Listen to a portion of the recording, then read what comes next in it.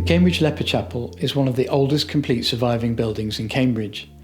It was built sometime between 1125 and 1150. This Romanesque-style building was originally the chapel for an isolation hospital that cared for people with leprosy. There used to be something like 300 leper hospitals. I don't think there's a leper chapel like this anywhere. Most of the hospitals were likely built of timber, and the chapels, for whatever reason, they don't exist anymore, or you only see foundations. I guess chapels, like churches, at that time they were built of stone, and so they were in better form, I guess. They could resist the passage of time, but it really was due to the Starbridge Fair, because it had a purpose, new purpose, that it continued as this building.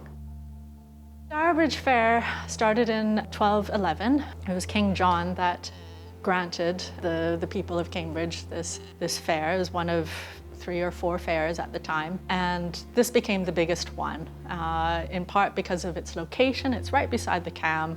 The barges could come right up, unload, and you get all sorts of wares. It was located really well, not only beside the river, but this river goes all the way up to the Wash, to King's Lynn, and so all sorts of wares could come down.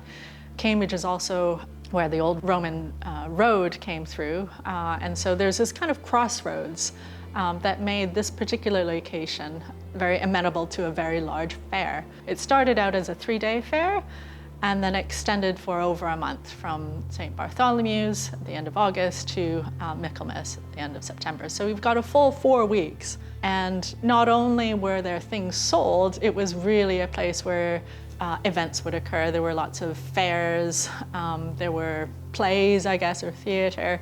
It was a place where people met. They say that Isaac Newton, he bought his books here. It was written about by a lot of people, by Daniel Defoe, by Bunyan, by Samuel Pepys, the diarist.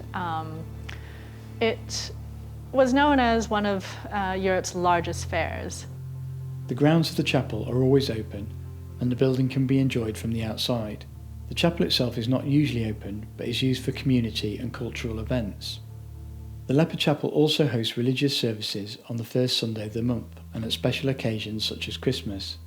These are led by the Vicar of the Church of the Christ the Redeemer, which is Church of England. It's not just that it's old, it's also a very wonderful building to be in. It doesn't have a lot of sparkle. It is full of silence and peace. You just get this different sense when you walk in, and I think that is what makes this place very special. You know, you go to so many cathedrals or museums or places, and it's great that there are lots of people there to enjoy them. We also need places that can offer peace and solace as well, and just real sense of history. The Leper Chapel is owned and cared for by local charity Cambridge Past, Present and Future, who need your help to support the opening of the chapel and its conservation for future generations.